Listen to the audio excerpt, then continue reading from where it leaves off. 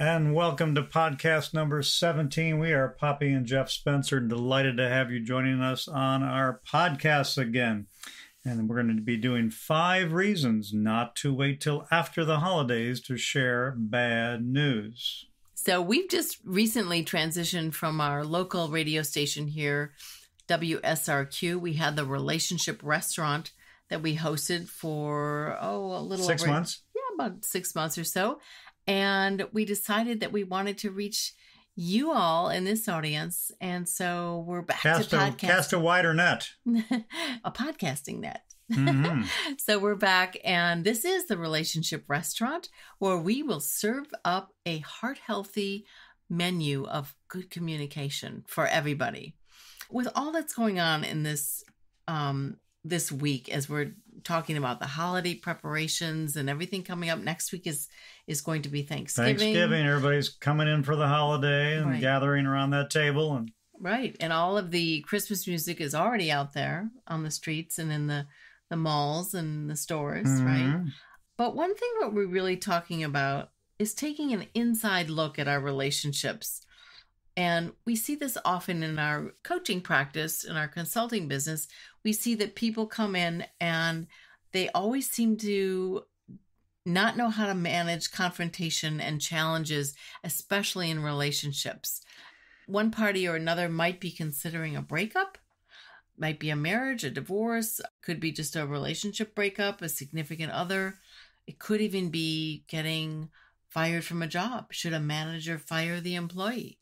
Should we do it before the holidays, or is this just morally and ethically wrong? well, I know when it always comes to the breakups, people are always just flinching at the idea of doing this before the holidays because you don't want to be the one who ruins Christmas or Right. ruins Thanksgiving. That's always everybody's dreaded thought. If I break up now, that'll be just a big mess and it'll be ruining the entire affair. And Poppy and I are always ones that kind of feel like that's often not the case. Right. I teach psychology at one of the colleges here in the Gulf Coast of Florida, Ringling College of Art and Design. And one of the things that we study is the human brain that is actually wired for pleasure. So we like to have a good time. We want to be happy. So when we have anything uncomfortable on our plate, like a breakup, we naturally feel discomfort, and we don't like feeling those negative emotions. So we try and avoid it, right? We and do. so people say, oh, well, if the holidays are coming up, I don't want to ruin it. What will Uncle Jerry say at the table if my significant other is not with us? Right. Or even worse, if it is a divorce Right. that you think is pending. Poppy and I, as we were preparing for this, we had to both look very inwardly at times in our lives when we've had this happen. And I know this is something that happened to me personally with my marriage, and things had been going wrong for quite a while. And we had already kind of come to the conclusion that it was probably time for us to separate and probably divorce. But the holidays were upon us, and we made the decision to not say anything, not do anything about it, because once again, we didn't want to be the ones to ruin the holidays. So we wanted to wait till afterwards. So we put on this great brave face and just kind of, muddled through Christmas, went to parties, pretending to be doing all right, pretending things were okay. And I remember going to a big New Year's celebration with someone and going through all the motions, even the kiss at midnight that was awkward and forced. But the desire was not to be the ones that caused the big ruckus because of the breakup and divorce. So we kind of muddled our way through and waited till after Christmas and after New Year's to break the news to family. And guess what's the first thing you hear when you actually do tell them? You'll hear the things like, oh gosh, we could tell something was wrong. We could tell something was up, that you were not being yourselves. Something seemed awkward. Something seemed strained. So everybody knows it's a palpable thing. The tension that you think you're hiding and carrying around so well is really not wrapped up in little pretty packaging, but it's really apparent to everybody. You can't fake and fool those kinds of things. It just comes through in your actions and the dynamics that you can't fake. It's really interesting because as people that have avoided conflict, both of us are recovering conflict avoiders. We call ourselves because we want to please people. I still want to please people, but we find ourselves avoiding conflict. We fear that we might be rejected. We're not really sure of what we want in our lives. We've, been burned in the past. We don't have the confidence, or we're not really sure what to do, or we might hurt someone else's feelings. So many times we have worked with many individuals who stay in relationships because the other person is such a nice guy or a nice woman and they don't want to hurt their feelings.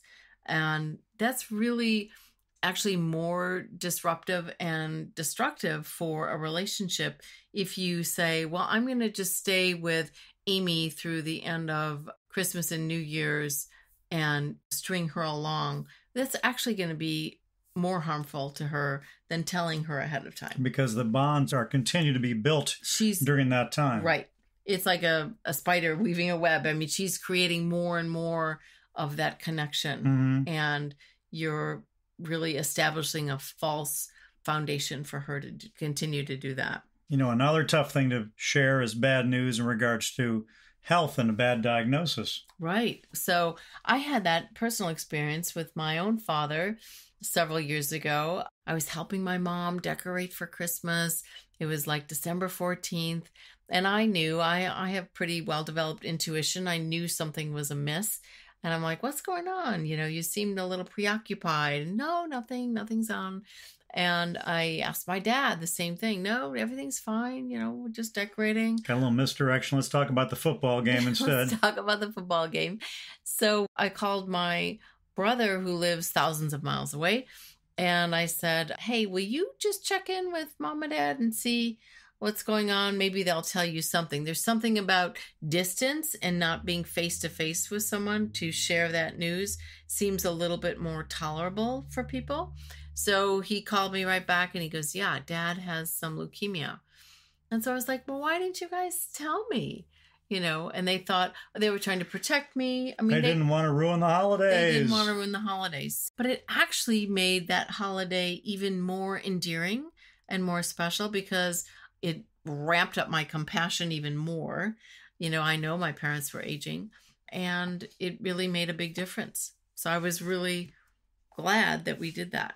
Here we said, well, let's give our listeners 5 reasons why they should not wait until after the holidays to share any kind of bad news. Well, the first reason is the truth always wins. It always comes out what the truth is. We always believe that the truth is a beautiful gift to give someone. Not telling the truth, not sharing what's really happening is denying them the opportunity to have reality in their lives. And the most important thing that Poppy and I are always searching for in our practice of coaching people is helping them find relief. Relief, the 7 o'clock setting on our emotional clock. And the entire script we're talking about right now is a burden of 6 o'clock where you need to make a decision, make a change in your life.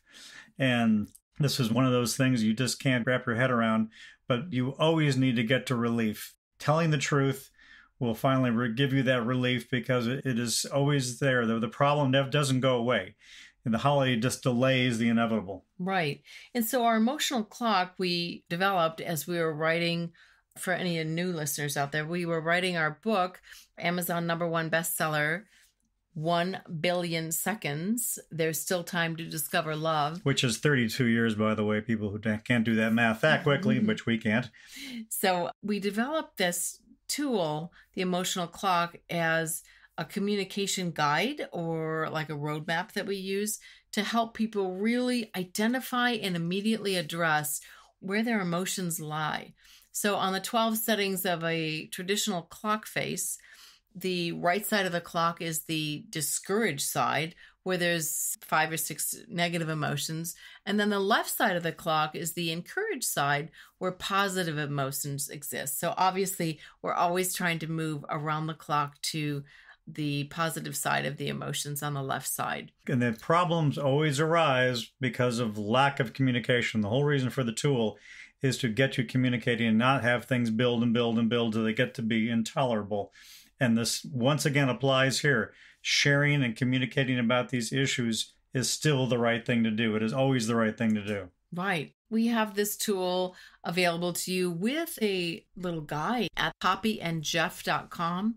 That's poppyandgeoff.com. It's the British spelling of the name Geoff. There you can find other podcasts, our book, our blog, and our upcoming programs and your free downloads. And we do have a special one for you for this week, your Thanksgiving Survival Kit, which is a really cool little thing that we've given out to hundreds of people already this season to help them with really heart-healthy communication at the Thanksgiving table so that nobody hijacks the conversation to direct it into a negative arena. You then have this tool. It's a downloadable form that you can just sign up on our website and you'll get your downloadable Thanksgiving Survival Kit. Okay, let's move on to item number 2. Okay, so number 2 in all of the things that why we should not wait till after the holidays to share bad news is you will have more meaningful experiences as you reclaim yourself and begin a brand new memory. We once knew someone that we worked with who broke up with a partner on Christmas Eve morning. And once she realized that day that a slight betrayal had occurred from her boyfriend, she was done. She did not want the memory of Christmas that year to include him. So when she got to January 1st, she was actually really in lockstep with finding a new year, new you, and feeling really promising about her future. Okay, number 3, do it for the sake of the kids. This is always a point that Poppy and I... it is a case by case. It is case by case, but we always talk about this, that, for the sake of the kids. People always have these arguments back and forth. Stay together for the sake of the kids. We've often felt that if things are especially in those toxic relationships, if they're really bad, then getting separated for the sake of the kids is often even a better thing. The thing we want to talk about is role modeling authenticity to the kids, being real. If you're always pretending and putting on these fake personas, thank you, it doesn't serve anybody well. We want to always be authentic and honest to our children. Your kids are so smart, no matter how old they are. They see it. They pick up on it. They really do know. And so what better way to prepare them and to show them through your strength and courage and your real behavior that this is the way to go. So number 4, the reason why you should not wait till after the holidays to share bad news is sometimes all of the hype and the excitement, especially even around us in our physical lives, but also in our virtual lives, on all across social media, there's so much hype and preparations and tinsel and festivities, and it could distort our thinking a little bit. And it really does cloud our judgment so that we're looking at this potential significant other with a rose-colored glasses that are really rosy. Mm-hmm. What happens is January 2nd comes around and you feel even worse. So we encourage people not to get caught up in the trappings of the holidays to give you that false sense of the relationship. And we even see with social media, people often put on an even more embellished version of themselves where everything looks even more fantastic at the holidays. And look how wonderful everything is. And look at these great decorations, and look at this great tree, and look at the great family, and all of our cool clothing we're wearing that's holiday centric. And you don't want to spoil any of that stuff. No, and that's something that we didn't touch on really, but there is a sense of that. If there's a budget at the holidays, so many people have enormous debt starting in January because they want to make Christmas so special. And they didn't have the money to do it. Right. And there are other creative ways to make it special. We even know of one person that, especially with millennials like we have, they would much rather have the experience rather than tangible objects.